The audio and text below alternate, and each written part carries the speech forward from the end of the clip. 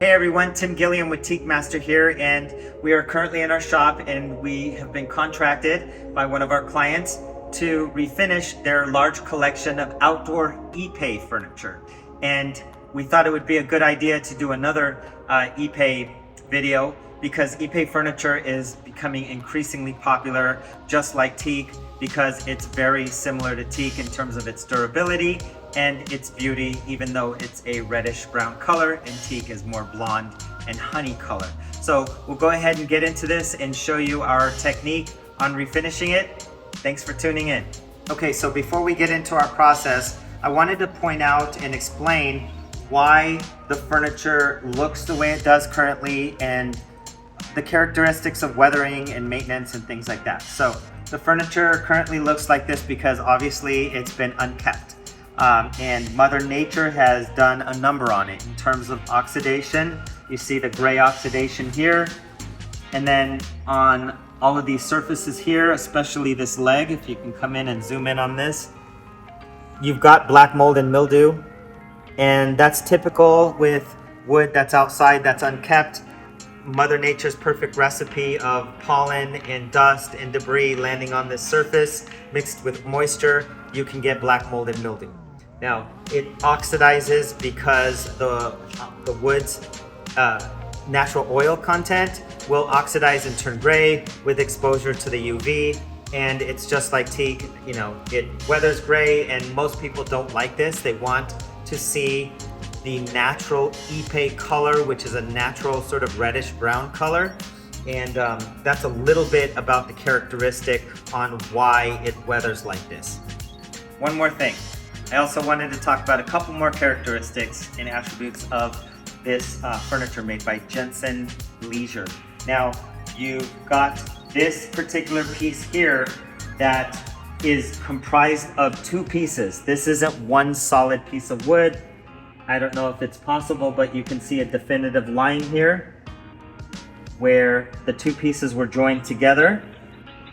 And it's good to point that out because clients perceive that there's something wrong with it or that there's a crack or something, but there's not a crack, there's nothing wrong with it. I mean, it's joined really, really well.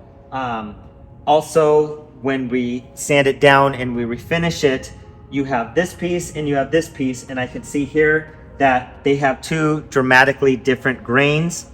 Look here, there's grain. Here, this grain goes this way. This grain goes down a little bit. So once you refinish it and you get the finish on here, these two pieces can look different because the finish is just a penetrating oil. It's gonna magnify what the natural grain and color of each and every piece is naturally gonna be. Also, on this, it has a sling fabric material, which is really cool because it gives and it's not so hard when you sit on it. So on this love seat, you can really lounge and really get into it once you put the cushions on here. This obviously requires a seat and back cushion. Also, end grain. So you've got end grain here.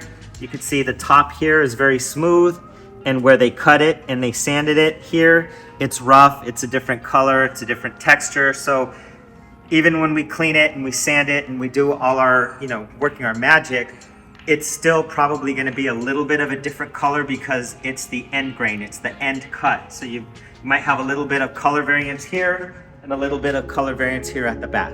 Just wanted to point that out. Go ahead and get into our process.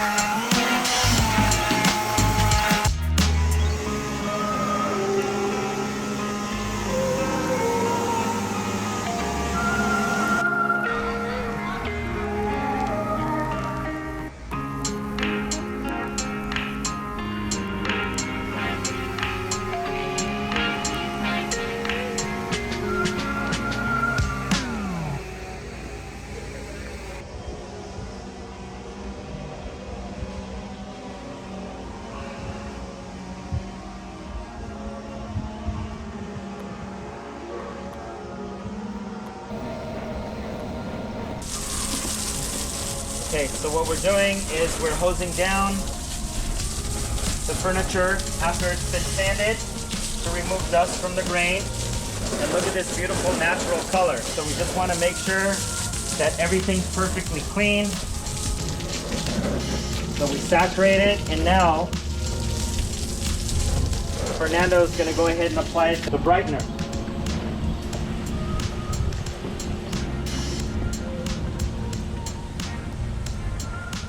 So we apply the brightener, and that promotes color, eliminates contaminants, hopefully prevents the mildew and black mold and algae and things like that from returning.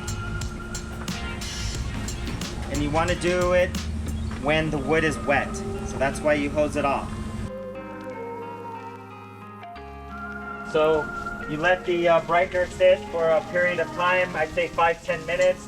Don't let it dry. And then you neutralize it by hosing it off again. Again, this is for demonstration purposes.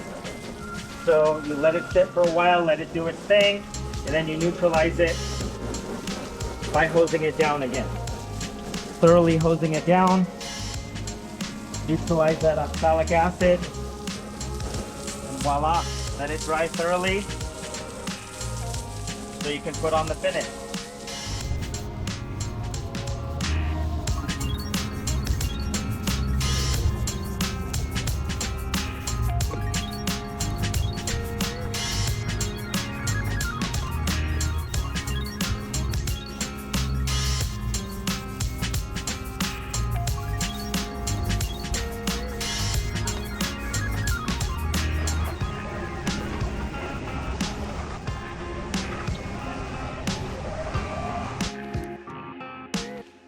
Thank you guys so much for tuning in.